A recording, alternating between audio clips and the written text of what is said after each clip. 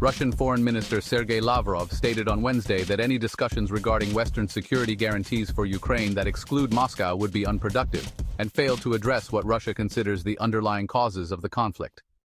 I am confident that in the West, and particularly in the United States, there is a full understanding that seriously discussing security guarantees without involving Russia is a utopia, a road to nowhere, Lavrov remarked, emphasizing Russia's commitment to defending its legitimate interests.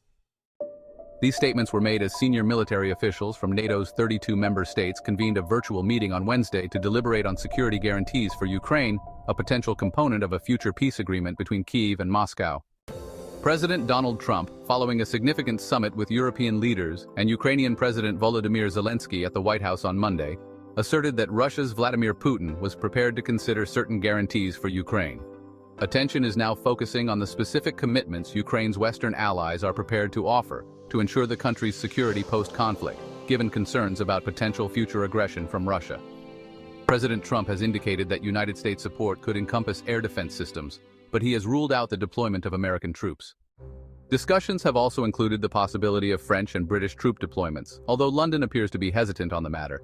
Prime Minister Keir Starmer on Tuesday characterized any talk of deploying British forces to the front line as, premature.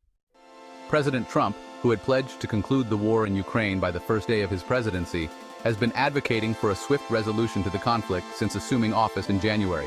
However, as the president acknowledged earlier this week, the conflict, now in its fourth year, has proven significantly more complex to resolve than initially anticipated.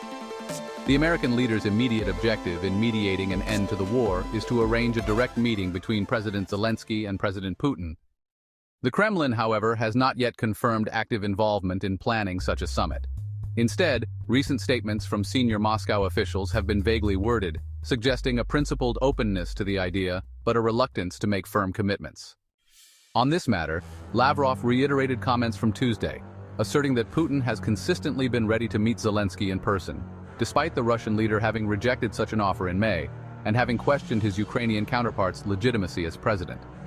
Following his phone conversation the day before yesterday with U.S. President Donald Trump, our president, Vladimir Putin, proposed not only continuing these talks but also considering raising the level of the delegation heads.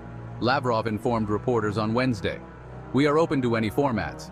However, when it comes to meetings at the highest level, they must be prepared with the utmost care at every preliminary stage, so that summits do not exacerbate the situation but instead facilitate a tangible conclusion to the negotiations we are prepared to continue," he added.